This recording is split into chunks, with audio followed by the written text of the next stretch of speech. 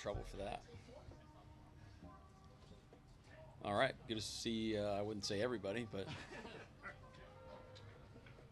yeah, good day. 2 days after the game, morning practice, just trying to stay sharp on these 10 a.m. starts, so it's a good day. So we'll have an ACT later, and obviously traveling to Green Bay on Wednesday. The team announced that Jenna passed his physical. What's the Yeah.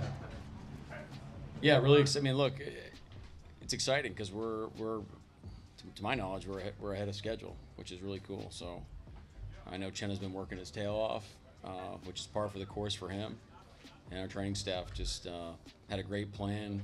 Guys done a great job, and so yeah. So he's going to be back with us. So he's going to start we have a plan to kind of ramp him up here over the course of the rest of the rest of going into the first game, and give us an option to possibly get out there early in the season.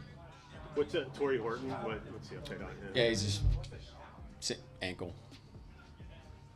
Working through it. It doesn't seem serious though. Not to my knowledge. Is it safe to say with Nuosa that you're still kind of like wait and see in terms of availability for week one? Well, I think it's probably too early to come to any conclusions, but we have a preliminary timetable that gets us around the beginning of the season. There's some checkpoints we got to hit along the way. So the first thing is just doing individual, going through walkthrough, staying sharp mentally, which he'll be ready on all that, but we got to get through that first.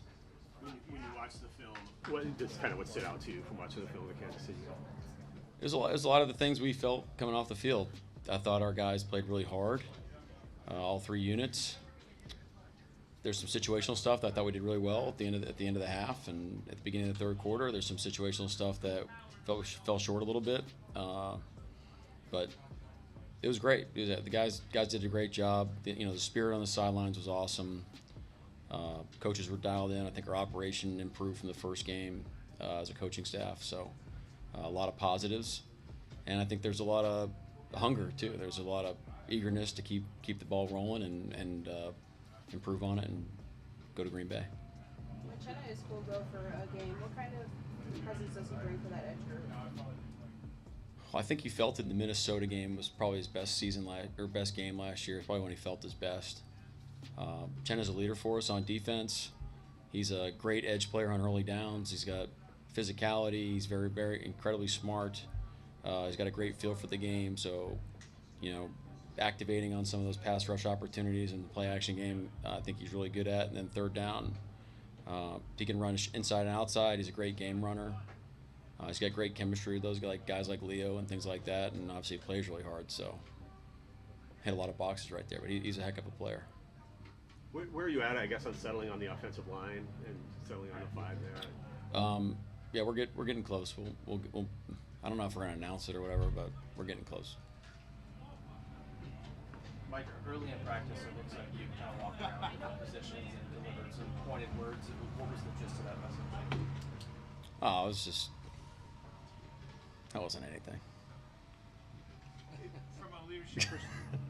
From a leadership perspective, when a young team, a new system, has success like they have these first preseason games that ultimately don't matter in the grand scheme, as a leader, as a coaching staff, what are you trying to do, big picture, to get them beyond the results of two preseason games? Well, this is a great opportunity to be relentless. Let's be popping out of our skin every time we get a chance to take the field and play our style of ball. So that's the expectation. We had a really good practice today. Guys flew around. I thought we executed well. I think the offense did some great things there in the red zone. Defensively, I felt like we had a great start to practice. So we'll watch the tape at the end, see how it finished up, especially with the young guys. But I thought the guys did a really good job today. What have you thought of Nicky Mawari in the two preseason games? I think you felt Nick out there. He's got to get activated to get going, I think. So, being ready for the calls early in the game is going to help him, especially going through like a game prep. I think that'll help him throughout the week. Right? You have to remind yourself, like with rookies, when they're going, not all offenses are the same. So you kind of get used to seeing our offense, and that comes with like a rhythm and formations and things that I expect. So when the picture changes, operation changes for all rookies, that's a challenge for them, especially you're not going through the cadence of the week of getting guys prepared. So it's kind of places a more of a premium on guys, kind of win early in the down. When he does that, he's done really well. You kind of had him one, two. Is he someone you think will need another preseason game? Maybe play in the finale or just maybe joint practice? Yeah, we'll see how the joint practice goes on how we want to play guys. Right now, I don't have him slotted playing in the game, assuming that the practice goes well, but reserve the right to change that. You mentioned the 10 a.m. starts. You guys have had a lot of success in that, really, the last few years. But is there something specific you mentioned that? There's no like studies behind when you practice. I mean, there's not like a scientific method to this thing. It's just we want the feeling of what it feels like to get up and get activated and get going. I mean, the late morning window is a good performance window for you. It's not as good as like mid-afternoon, but so if you can use it to your advantage if you get the inputs right. So it's really just get a couple extra reps at doing it. So when it's for real, our guys understand how to get their body ready to go play. Seems like you've got to be coming close to a decision on the center spot. How do you have that conversation with the guy that doesn't end up becoming the starter, but that's battled his tail off so far? Yeah, those. I mean, any you're making decisions with your roster, whether who's in on the initial 53, who's on the initial practice squad. I mean, these are all big conversations that you want to have. But I wouldn't say this is a through not around thing. It's just, hey, look, this is the way we see it. This is how things have played out. This is who we feel like gives us the best chance to go win games. And it's not like this guy's can do it and this guy can't. It's just you're carrying, and at some point you have to make a decision because that's the best for the team. So those conversations will happen at some point. They happened a lot last year, and yeah, I mean that's how you have to do business. And hopefully these conversations aren't like a surprising to anybody to a certain extent. You don't want to be like shocking guys. You want to keep that communication fluid throughout the whole process so guys understand what's expected of them, and if they're falling short in a certain area, you give them an opportunity to make it right. With Sundell and Gray's Abel, do you see evidence of like the chemistry they had from playing together? I haven't asked him that, but I don't see why that couldn't be the case. I thought Jalen played a tremendous game. Coaches felt the same way. Played fast, hit his targets. Speaking of the devil, here he is. Yeah, that's probably the case. Probably exists. On Gray, just in the 2 games you've seen from him, what have you liked from him? Well, it's not too big for him. There's poise there. I thought his execution's been really good. Still plays out on the table for him, which is cool. There's an opportunity to grow, and he'll hit those things. I mean, this guy, talk about making the process right. He's done a phenomenal job, and he's stayed hungry, and he's chasing those little details that's going to make him a great player. So, how impressive is his mobility down the line of scrimmage, up the field? Yeah, that's his arguably his biggest strength is his athleticism. So that's fun to watch. With the special teams issues on this past game, and chance to look at film, how much of it was execution, scheme? Like, what was your diagnosis of what was going on there? This isn't a cop out, but it's execution. What we're asking these guys of is very clear. It's sound. We're not doing anything crazy right now schematically, and we have to be able to get runners down and get off blocks and make plays and not get field position flipped on us. You have any update on Olu? He was out here today, so not in a heavy capacity, but he was out here today. Is there a ramp up for him, or is he Yeah, go? yeah. Hopefully, I'm hoping he practices against Green Bay. You still thinking Tyrese Knight for week 1's a possibility?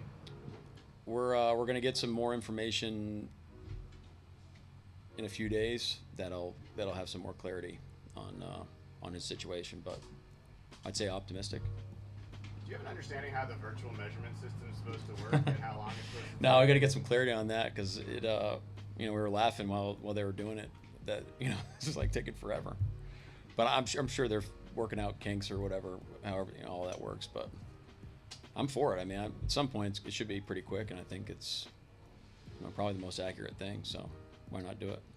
You liked the tackling in the first game. How about this one Friday? Yeah, I think by our count again, I think we had 5 missed again. Put a little bit more rack after these missed ones than the first game, but I thought the tackling's been strong in both performances. Ken got back today. When he's been out on the field, what have you seen from him this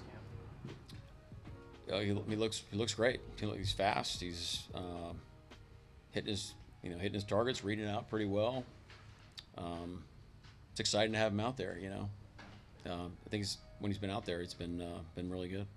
With the time he's missed between the spring and the summer, like where are you at with kind of the balance of trying to take care of him and protect him, but also needing him to get those reps in a new offense? Yeah, it's a great question. It's a balance. You got to just make the best decision you can. I mean, there's a lot of walkthrough reps that need to be but at some point, you have, to your point, that you got to do it on the field so you feel confident to go out there and execute at a high level and play your best football. So that's something that we're working through, and he's doing the best he can, and we're doing the best we can as a coaching staff, and we just got to work together on this thing as it unfolds. Will he go into joint practice? The plan is yes. Has anything changed for your plan on the joint practice for last year's week 2 of the preseason? This week's the last week. Did it change in terms of who you want to get out there and how you want to approach it? Well, it's just one, so it is a little bit different. You do have to kind of keep the timetable, but I think that's one of the reasons why you just do one practice. But no, this is an opportunity for our 1s and 2s to be in this environment and practice against a great team and get some great work in. Last one.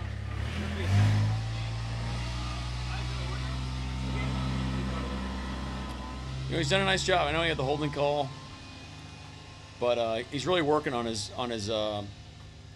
run game stuff. Mac's doing a great job with him. The vets in the room are doing a great job. I thought he's caught the ball with strong hands, been decisive in his routes, playing fast. There's another level he can take it. He knows that, and he's going to get there. He's doing a lot of great stuff. That kick out box Albert made on the touchdown, is that exactly the value he brings and what you attracted to get him? Well, I mean, that's a not routine block, but that's something that we do a lot of, and yeah, I mean, consistent execution. Absolutely, the guy's steadfast in his approach, how he operates. He can do a lot of things. He's not just an inline Y. He's not just, and he can do a lot of, second tight end, move tight end type stuff too, and catches the ball well, runs good routes. He's tough. A lot of positives with Sabi. You'll use him in special teams too, right? Absolutely. Yeah. I know you talked about Anthony Bradford before, kind of how he transformed his body a little bit maybe in the offseason. How have you seen that really manifest itself, especially in these games? Well, I think when you watch the tape, you felt the physicality, and then I thought he finished plays the best that he has on tape up to this point was this game. So let's keep stacking those performances. Let's stay relentless on a play-in, play-out basis, and he can play some really, really great football if he does that. Have you guys made your decisions on center and right guard yet? I don't know. Maybe.